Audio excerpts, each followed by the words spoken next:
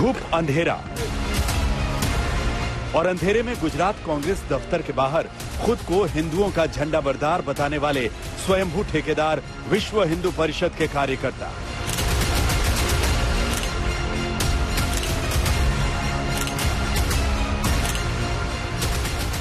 बहादुर कार्यकर्ताओं की करतूत देखकर वीरता भी शर्मा जाए। कांग्रेस दफ्तर के बाहर अंधेरे में आए और चुपके चुपके पेंट से दीवारों पर, दरवाजों पर हज हाउस लिखकर चले गए। ये दृश्य बताने के लिए काफी है कि गुजरात चुनाव बेहद नजदीक है। नवंबर में चुनाव होने वाले हैं और गुजरात के करीब 89% हिंदुओं पर डोरे डालने की कोशिश शुरू हो गई। क्या कांग्रेस के कंधे पर बंदूक रखकर गुजरात के करीब 10% मुस्लिमों पर निशाना साधा गया है? गुजरात कांग्रेस मुख्यालय के बाहर वीएचपी के कार्यकर्ताओं ने अपनी अंधेरे वाली अंधेरगर्दी का ठीकरा गुजरात कांग्रेस अध्यक्ष जगदीश ठाकुर के बयान पर फोड़ा है। आगे बढ़े उससे पहले कांग्रेस दफ्तर की दीवारों पर हज हाउस लिखे जाने की कहानी सुनिए। प्रधानमंत्री कहता था कि हिंदुस्तान की तिजोरी पर सौथी पहलो अधिकार मायनो देश कांग्रेस प्रधानमंत्री डंकानी चोट पर नुकसान कांग्रेस ने खबर। जगदीश ठाकुर ने डंके की चोट पर पूर्व प्रधानमंत्री मनमोहन सिंह का नाम लेते हुए देश की तिजोरी पर सबसे पहले अल्पसंख्यकों का हक बताया। इशारा मुस्लिमों की तरफ था। इधर ठाकुर का बयान आया, उधर बीजेपी तमाशबीन बनी रही और विश्व हिंदू परिषद इस मुद्दे को भुनाने के लिए ले उड़ा।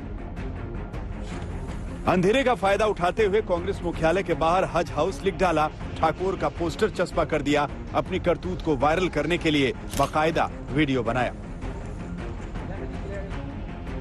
सुबह हुई, वीएचपी के वर्कर 9-11 हो चुके थे और कांग्रेस वर्कर्स ने दीवारों पर लिखी टिप्पणी को मिटा दिया। कांग्रेस अध्यक्ष जगदीश ठाकुर के विवादित बयान के बाद वीएचपी बजरंग दल के कार्यकर्ता कल देर रात यहां पे पहुंचे थे और उसके बाद उन्होंने कांग्रेस ऑफिस पर हज हाउस लिख दिया। यहाँ पे आप देख सकते हैं, ये कांग्रेस ऑफिस गुजरात का मुख्यालय है और यहाँ पे सभी जगह पर हज हाउस लिख दिया गया था, जिसके निशान जो है वो सुबह होते होते कांग्रेस के कार्यकर्ताओं के जरिए मिटा दिए गए। आप देख सकते हैं यहाँ पे ये कांग्रेस का जो सिंबल है वो बना हुआ था, पंजे का निशान है और उसके ऊपर हज हाउस लिख दिया गया था और उसे मिटा दिया गया है। साथ ही आप देख सकते हैं यहाँ पे कांग्रेस ऑफिस जो है ये फिलहाल तो बंद है, लेकिन इसी बंद ऑफिस पर वीएचपी कार्यकर्ताओं के जरिए जो अल्पसंख्यकों को लेकर जगदीश ठाकुर का बयान आया था और उन्होंने कहा था कि डॉक्टर मनमोहन सिंह ने ये कहा था कि अल्पसंख्यकों का देश की तिजोरी पे पहला अधिकार है। तो उसके बाद यहाँ पे हज हाउस लिख दिया गया और हज हाउस के बाद अब देख सकते हैं पूरा व्हाइट वॉश जो है वो यहाँ पे लगा दिया गया है। विश्व हिंदू परिषद का आरोप है कि जगदीश ठाकुर का बयान वोट बैंक की राजनीति से प्रेरित है, मुस्लिम तुष्टीकरण की नीति का हिस्सा है और हिंदू विरोध है। कांग्रेस को अब आंखें खोल लेने का समय आया है। आंखें खोलकर देश के 140 करोड़ लोगों की बात करनी चाहिए, न कि किसी विशेष समुदाय की।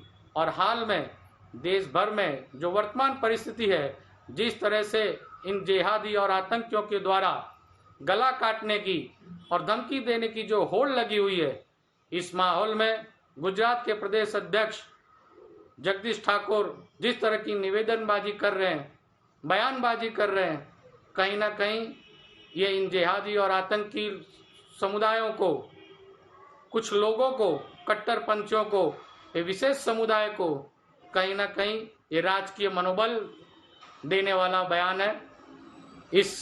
और वो भुगत भी रही है। और अभी जिस प्रकार देश भर के अंदर जो माहौल चल रहा है, धर्म के नाम पे लोगों के गले काटे जा रहे हैं, ऐसे माहौल में भी अगर कांग्रेस ये बयान दे रही है तो ये इनडायरेक्टली आतंकवाद को प्रोत्साहन देने का कार्य कर रही है। और दूसरी बात की कांग्रेस गुजरात चुनाव के लिए ध्रुवीकरण की बिसात बिछ चुकी है। चुनावी साल में कई शहरों में हिंदू और मुसलमान के बीच तनाव पैदा हुआ, कुछ शहरों में हिंसा भी हुई। रामनवमी के दिन शोभा यात्रा पर हिम्मतनगर और आणंद जिले के खंबात में पत्थरबाजी हुई थी, हिंसा हुई थी।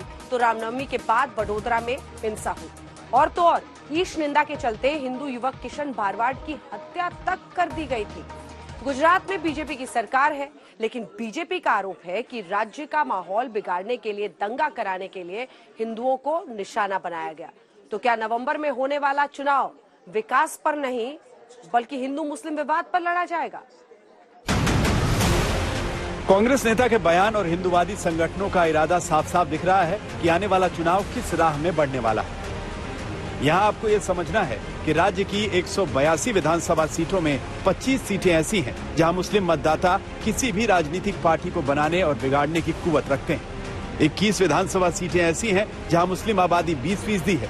CSDS के एक सर्वे के मुताबिक मुस्लिम आबादी के 80% वोटर कांग्रेस को वोट करते हैं। सरल शब्दों में गुजरात के वोट गणित को देखें तो जगदीश ठाकुर का बयान मुस्लिम वोटरों को खुश करने वाला नजर आता है।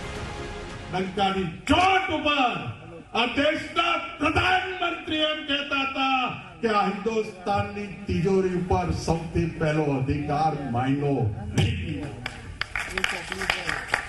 આ દેશનો કોંગ્રેસનો પ્રધાનમંત્રી ડંકાની ચોટ ઉપર બોલતો. એ જ બોલવાથી કેટલું નુકસાન થયું એ પણ કોંગ્રેસને ખબર છે. वैसे भी गुजरात चुनाव के ऐलान से पहले ही सियासी पिच पर खिलाड़ियों ने मोर्चा संभाल लिया है।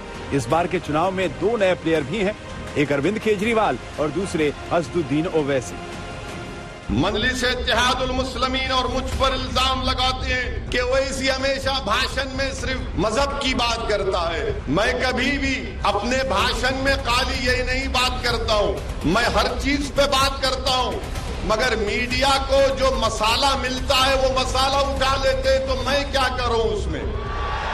अहमदाबाद में 118 पब्लिक हेल्थ केयर सेंटर हैं, आनंद जिले में 2 डिस्ट्रिक्ट अस्पताल हैं और कच्छ में खाली 77 पब्लिक हेल्थ केयर सेंटर हैं। प्रधानमंत्री, ये कच्छ से नाइंसाफी क्यों भाजपा की सरकार कर रही है? दूसरी बात कि कच्छ की जो जबान है वो मुख्तलिफ है, बड़ी मीठी है, बड़ी प्यारी है। उसकी हिफाजत करने के लिए देश के प्रधानमंत्री को ये चाहिए था कि इसको संविधान के आज शेड्यूल में शामिल किया जाता, ताकि आने वाली नस्ल कच्छ की जबान की मिठास को महसूस कर सके और उसको जिंदा रख सके। इसीलिए मैं आज इस बात का देश के प्रधानमंत्री से ये डिमांड कर रहा हूं कि कच्छ की जबान को भारत के संविधान के 8वें शेड्यूल में शामिल किया जाए। 3 गारंटी दे रहा हूं बिजली के मुद्दे पे। पहली 300 यूनिट माफ होगा, दूसरा 24 घंटे बिजली देंगे और तीसरा 31 दिसंबर 2021 पिछले वाले साल 2021 तक के सारे पुराने बिल माफ कर दिए जाएंगे। मतलब ये कि अभी तक तो ये सिर्फ ट्रेलर है। गुजरात चुनाव में धार्मिक ध्रुवीकरण की पिक्चर रिलीज होना बाकी है। बड़ी बात यह है कि अब की बार सभी की नजरें मुस्लिम वोटरों पर हैं। दरअसल गुजरात विधानसभा में मुस्लिम विधायकों की संख्या इस बार चुनावी मुद्दा है। 1980 में 12 मुस्लिम विधायक चुने गए, इसके बाद से ये आंकड़ा गिरता गया। 1985 में ये संख्या घटकर 8 रह गई, 90 में 2, 95 में 1, 98 में 5, 2000 में 3, 2007 में 5, 12 में महज 2 और 2017 में 4 तक सीमित है। माना यही जा रहा है कि कांग्रेस अपने मुस्लिम वोट बैंक को जोड़े रखना चाहती है, लेकिन क्या चुनाव से पहले ऐसी बयानबाजी ध्रुवीकरण की राजनीति को बढ़ावा नहीं देगी? अहमदाबाद से गोपी घांगर के साथ आज तक ब्यूरो।